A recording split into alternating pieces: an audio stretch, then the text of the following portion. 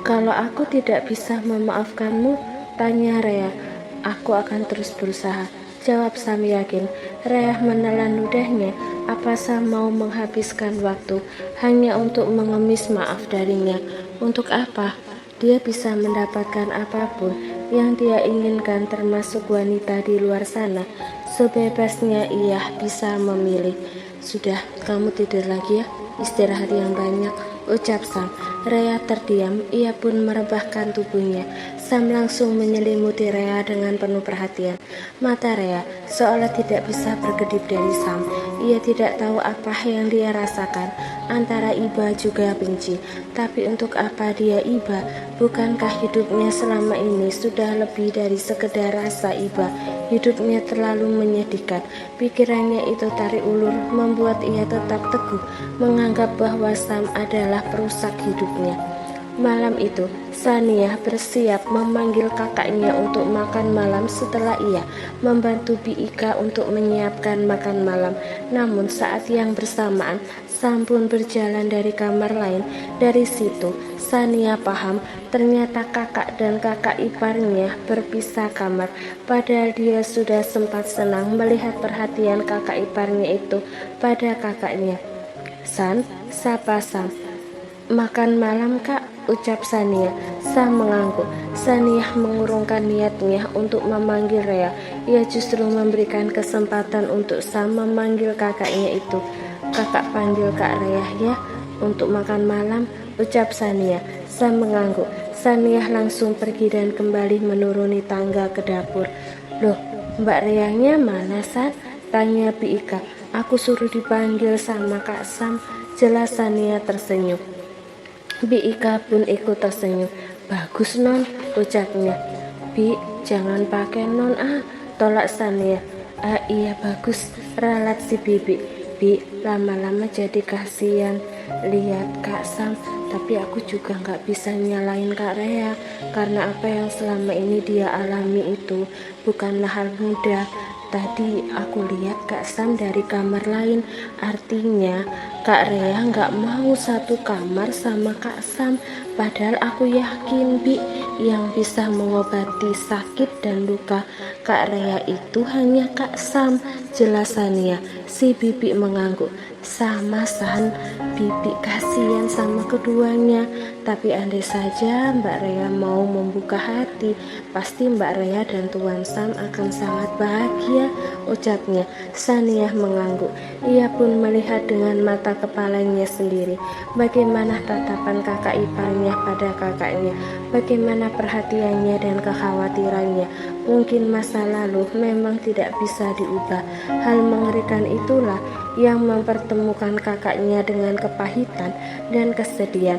Tapi Sania yakin hal itu juga yang akan mengantarkan kakaknya ke kebahagiaan. Sementara itu Sam masuk ke kamar Rea. Sorry, ucap Sam saat melihat Rea keluar dari kamar mandi hanya dengan berbalut handuk. Lain kali masuk ke kamar orang ketuk pintu dulu, ucap Rea.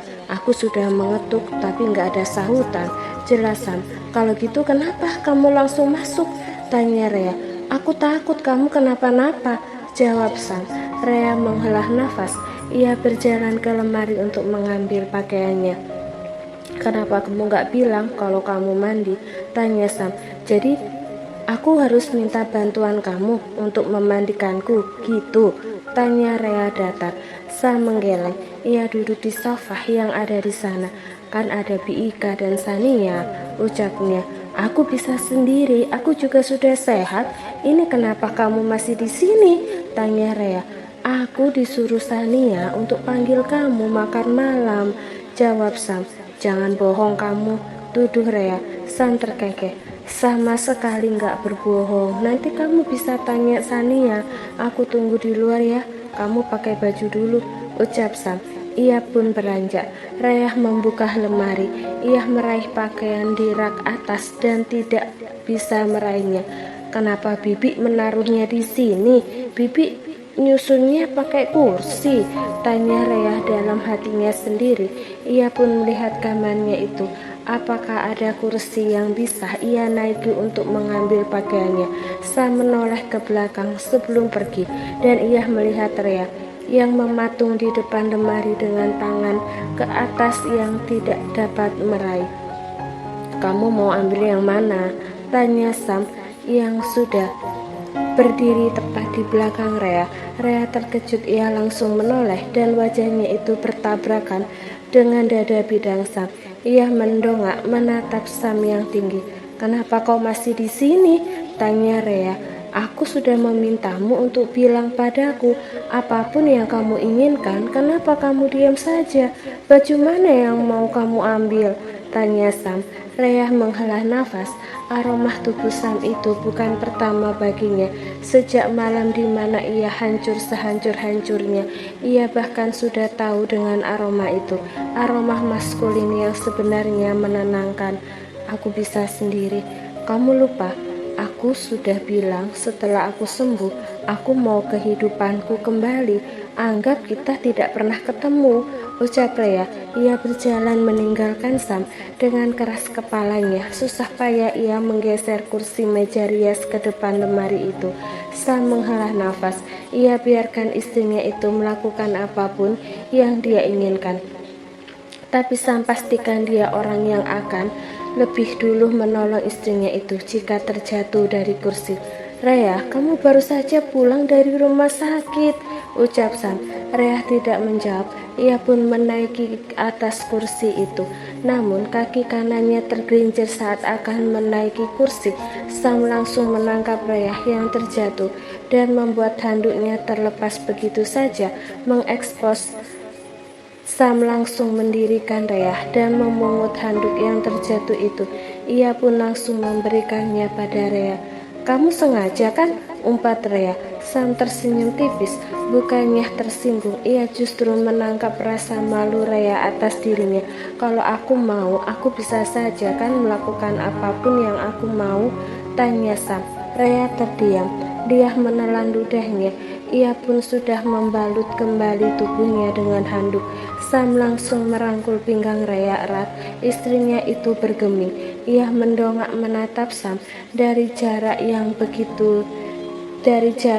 dekat. Kenapa mata itu benar-benar teduh dan tidak menakutkan lagi? Dia yang sudah sangat berani sekarang, atau memang pemilik mata itu yang sudah berubah? "Iya kan?" tanya Sam. "Iya, kau bisa mendapatkan apapun yang kau mau kecuali maaf dariku," ucap Rea. Sam menatap mata itu dalam. "Aku akan tetap berusaha," ucapnya yakin. "Aku tahu selama ini kamu gak pernah merasakan atau kamu merasakannya, tapi yang sampai di memorimu adalah kejahatan dan kekerasan. Tapi satu hal yang harus kamu tahu, Re, aku melakukannya semua dengan perasaan. Hanya saja waktu itu aku belum tahu kalau aku sudah jatuh cinta pada istriku sendiri. Sampai kamu pergi menghilang, aku merasa hancur tanpamu," liris Sam. Rea terdiam. Ia tidak bisa mencerna dengan baik ucapan Sam. Tidak masuk akal baginya. Tangan Sam semakin erat memeluk dan merangkul punggung Rea, semakin melekat ke dirinya. Sam membungkuk ia dengan lembut sampai ia menyerang dan bahkan Sam menatap kedua bola mata Rea yang menatapnya datar. "Aku sangat mencintaimu, Rea. Sangat. Aku minta maaf atas semua kesalahanku. Aku mau kamu merasakan apa yang kurasakan, bukan dingin seperti ini," ucap Sam. Rea berpikir di dalam diamnya. Apa memang ada yang salah denganku?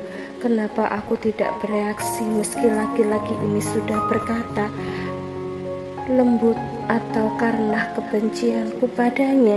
Batinnya. Sam membingkai wajah Rea dengan kedua tangannya. Ia mengarahkan dengan Sam, "Aku sangat mencintaimu, Re."